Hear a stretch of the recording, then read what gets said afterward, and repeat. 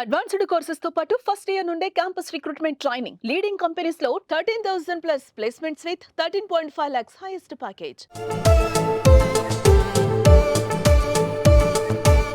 థియేటర్లో బంద్ అంటూ థియేటర్ యాజమాన్యం ఏది తీసుకున్న నిర్ణయం పట్ల అయితే మంటలైతే ఇప్పుడప్పుడు ఆరేటట్టు కనబట్టలేదు. బేసిక్గా వాళ్ళు విత్డ్రా చేసుకున్నప్పటికీ కూడా ప్రభుత్వం దీనిపైన ఆగ్రహం వ్యక్తం చేస్తుంది. చెప్పబెట్టకుండా సినిమా థియేటర్లు బంద్ అని ప్రకటించడం ఏంటి, ఎవరితో చర్చించారు, ఏం చేశారు అనేది అయితే దానికి సంబంధించి అయితే ప్రభుత్వం పూర్తిగా ఆగ్రహం వ్యక్తం చేస్తుంది. ముఖ్యంగా ఉప ముఖ్యమంత్రి పవన్ కళ్యాణ్ సినీ ఇండస్ట్రీ నుంచి వచ్చిన ఆయన ఉప ముఖ్యమంత్రి అయ్యారు. కనీసం ఆయన సినిమా రిలీజ్ అవుతున్న సమయంలో కనీసం పెద్దలతో మాట్లాడే ప్రయత్నం చేశారనేది ఆయన దానికి సంబంధించి ఆగ్రహం ఆవేదన వ్యక్తం చేస్తున్న నేపథ్యంలో ఉప ముఖ్యమంత్రి కార్యాలయం నుంచి విడుదలైన లేఖ అయితే ఇప్పుడు సెన్సేషన్గా మారింది. ప్రతి థియేటర్కి వెనక ఉన్న కథ ఏంటి, వాళ్ళు ఏ విధంగా థియేటర్ నడుపుతున్నారు అనే అంశం పైన ఇప్పుడు ప్రభుత్వం దృష్టి పెట్టబోతుంది. అక్కడ రెండు ప్రధాన అంశాలు ఉన్నాయి. అందులో ప్రధాన అంశంలో ఒకటి ఏంటంటే మల్టీప్లెక్స్లో ఇప్పటికే భారీ రేట్లు ఉన్నాయి. మల్టీప్లెక్స్లో తినాలన్నా టికెట్ ప్రైస్ అన్నా మిగతా అన్నీ కూడా భారీ రేట్లు ఉన్నాయనేది ఇటు ప్రేక్షకుల నుంచి అనేక ఆరోపణలు వస్తున్న నేపథ్యంలో వాళ్ళ నుంచి అయితే పూర్తిగా ఒకటి చెప్తున్నారు, మేము ఏం చేసినా పూర్తిగా జిఎస్టీని మేము బేస్ చేసుకుంటాం, ప్రతిదానికి జిఎస్టీ ఉంటుంది, క్వాలిటీ ఫుడ్ ఉంటుంది, ప్రతిదీ కూడా మేము రేట్ ఎక్కువైనా కూడా దానికి తగ్గట్టే మేము క్వాలిటీ అందిస్తాం, సర్వీస్ అందిస్తామని చెప్పి మల్టీప్లెక్స్లు చెప్తున్న నేపథ్యంలో పవన్ కళ్యాణ్ నిన్న ఇచ్చిన లేఖలో కీలకమైన అంశం మరొకటి సింగిల్ థియేటర్లు. సో ఈ థియేటర్లో పరిస్థితి ఏంటి, థియేటర్లో నిజంగానే మల్టీప్లెక్స్లో చూపించినట్టుగా టికెట్లు అంటే ఏదైతే పార్కింగ్ దగ్గర నుంచి మొదలు పెట్టుకుని లోపల ఫుడ్ వరకు అలాగే లోపల ఉంటున్న సౌకర్యాల వరకు అన్నీ కూడా మల్టీప్లెక్స్ని తలదన్న రీతిలో ఉంటాయా లేదా, ఎందుకంటే సేమ్ క్వాలిటీ మెయింటైన్ చేస్తున్నామని చెప్పి రేట్లు కూడా అదేవిధంగా సింగిల్ థియేటర్లు కూడా తీసుకుంటున్న నేపథ్యంలో అసలు ఎంతవరకు నిజానిజాలు ఉన్నాయి, నిజంగానే సింగిల్ థియేటర్లు కానీ లేకపోతే నాన్ మల్టీప్లెక్స్ థియేటర్లు కానీ నిజంగా ఇటు పార్కింగ్ దగ్గర నుంచి మొదలుపెట్టుకుని లోపల ఫుడ్ అలాగే సౌకర్యాలు వాష్రూమ్స్ అన్నీ కూడా గవర్నమెంట్ పాలసీస్ ప్రకారం గవర్నమెంట్ నిర్ణయించిన దాని ప్రకారం నడుపుతున్నాయా లేదా, ఈ విషయాన్ని ఇప్పుడు తెలియజేయడం కోసం చాలామంది ఇటు సినిమా థియేటర్కి వచ్చే ప్రేక్షకులు కూడా అనేక అనుమానాలు ఉన్నాయి. మల్టీప్లెక్స్లో అంటే వాళ్ళు సర్వీస్ తగ్గట్టు వాళ్ళు తీసుకున్న రేట్ ఎక్కువైనా కూడా తప్పక కొన పరిస్థితి. బట్ చిన్న థియేటర్కి ఫ్యామిలీతో వస్తే మాత్రం దగ్గర 500 నుంచి 700 రూపాయలు అయిపోతాయని ఎప్పటికీ ప్రేక్షకులు గగ్గోలు చేస్తున్న నేపథ్యంలో ప్రభుత్వం దీని మీద సీరియస్గా దృష్టి పెట్టబోతోంది. చిన్న థియేటర్ల పైన కూడా దృష్టి పెడతామని చెప్పి చాలా క్లియర్గా ఉప ముఖ్యమంత్రి కార్యాలయం లేఖలోనే ఉన్న నేపథ్యంలో నిజంగా చిన్న థియేటర్ల పరిస్థితి ఏంటి అనేది తెలుసుకునే ప్రయత్నం చేద్దాం. లోపలికి వెళ్ళి కెమెరా అన్ని పక్కన పెట్టేసి ఒక సాధారణ ప్రేక్షకుల లోపలికి వెళ్ళి మొబైల్లో ఏం జరుగుతుందో చిత్రీకరించి మీకు అప్డేట్ చేస్తాను.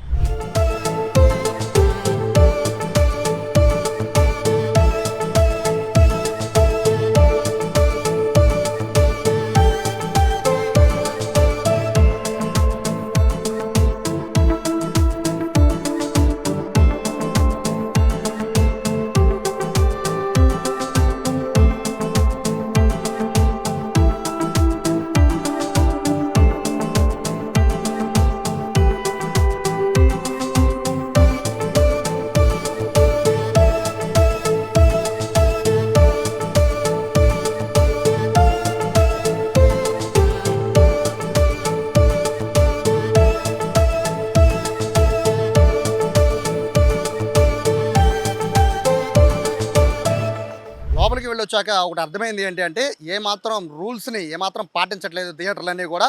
తినుబండారాల దగ్గర అంటే ఆహార పదార్థాల దగ్గర నుంచి ఇంటర్వెల్ ఆహార పదార్థాల దగ్గర నుంచి పార్కింగ్ వరకు ప్రతిదీ కూడా దోపిడీ లాగానే కనబడుతుంది. ప్రస్తుతం నా చేతిలో ఉన్నది శైలజ థియేటర్. ఇప్పుడు మనం వెళ్ళిన సినిమాకి సంబంధించిన థియేటర్కి పార్కింగ్ 30 రూపాయలు.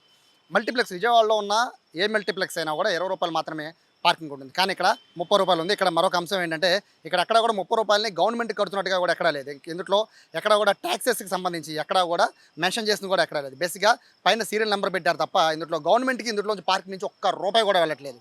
సో 30 రూపాయలు దేనికి వసూలు చేస్తున్నారు అనేది పెద్ద క్వశ్చన్ అయితే. రెండవది బయట దొరికే కూల్ డ్రింక్ బేసిక్గా 500 ml ఒక 20 రూపాయలు మహా అయితే 30 రూపాయలు ఉంటుంది. బట్ ఇక్కడ 400 ml దాదాపుగా 80 రూపాయల వరకు తీసుకున్నారు. అలాగే ఒక సమోసా 15 రూపాయల విలువ చేసే ఒక సమోసాని 30 రూపాయలు తీసుకున్నారు. పాప్కార్న్ అయితే 30 రూపాయలు ఉంటుంది, 80 రూపాయలు తీసుకున్నారు. సో ఈ విధమైన దోపిడీ దారుణంగా జరుగుతోంది. ఇక సెక్యూరిటీ పర్పస్ చూస్తూ ఉంటే పూర్తిగా మనం బయట నుంచి బాటిల్ పట్టుకెళ్ళినా కూడా వాటర్ బాటిల్ పట్టుకెళ్ళినా లేకపోతే మరొకటి పట్టుకెళ్ళినా కనీసం చెకింగ్ అనేది కూడా లోపల లేదు. అలాగే డిటెక్టర్లు అనేవి ఏమైనా వేరే వస్తువులు ఏమైనా లోపల తీసుకెళ్దామన్నా కూడా అక్కడ డిటెక్టర్లు కూడా ఏమీ లేవు, మెటల్ డిటెక్టర్ లాంటివి కూడా ఏమీ పెట్టలేదు. బట్ మల్టీ ఏదైతే మల్టీప్లెక్స్ థియేటర్లు ఉంటాయో వాటిలో పూర్తి చెకింగ్ ఉంటుంది. బయట నుంచి మనం ఏ వస్తువు తీసుకెళ్ళినా లోపలికి అలో చేయాలి. బట్ సింగిల్ థియేటర్ పరిస్థితి అట్లా కాదు, ఎవరైనా కూడా లోపలికి వెళ్ళిపోతే జస్ట్ టికెట్ చూపిస్తే చాలు. ఇక లోపల విషయానికి వస్తే మనము పూర్తిగా సెక్యూరిటీ కూడా పూర్తిగా అక్కడ ఎక్కడా కూడా కనబడలేదు. జస్ట్ టికెట్ వాళ్ళు చించి వదిలేసిన దగ్గర నుంచి అక్కడ తప్ప మిగతా ఎక్కడ కూడా సీటింగ్ దగ్గర నుంచి మొదలుపెట్టిన ఎక్కడ కూడా సెక్యూరిటీ అనేది పూర్తిగా కనబడలేదు. దాంతోపాటు లోపలికి మనం తీసుకున్న ఏదైతే ఇంటర్వ్యూలో తీసుకున్న స్నాక్స్ ఏవైతే ఉన్నాయో అవి పూర్తిగా దోపిడీ అనే చెప్పుకోవాలి. రేట్లు అయితే పూర్తిగా పైన మెన్షన్ చేసి ఉంచారంటే ఎంత దారుణమైన పరిస్థితి ఉందో అర్థం చేసుకోవచ్చు. కనీసం మనం తీసుకునే రేట్లకి అయినా కూడా అంటే వాళ్ళు పెట్టిన రేట్లకి తీసుకునే దానికి ఏమాత్రం సంబంధం లేదు. బట్ అక్కడ అడిగే వాళ్ళు కూడా ఎవరో లేకపోవడంతో ఇష్టానుసారంగా వాళ్ళైతే దోపిడీని కొనసాగిస్తున్నారు. ఇక వాష్రూమ్ గురించి చెప్పాల్సిన పనే లేదు. అత్యంత ఘోరంగా వాష్రూమ్ స్మెల్ కొడుతోంది.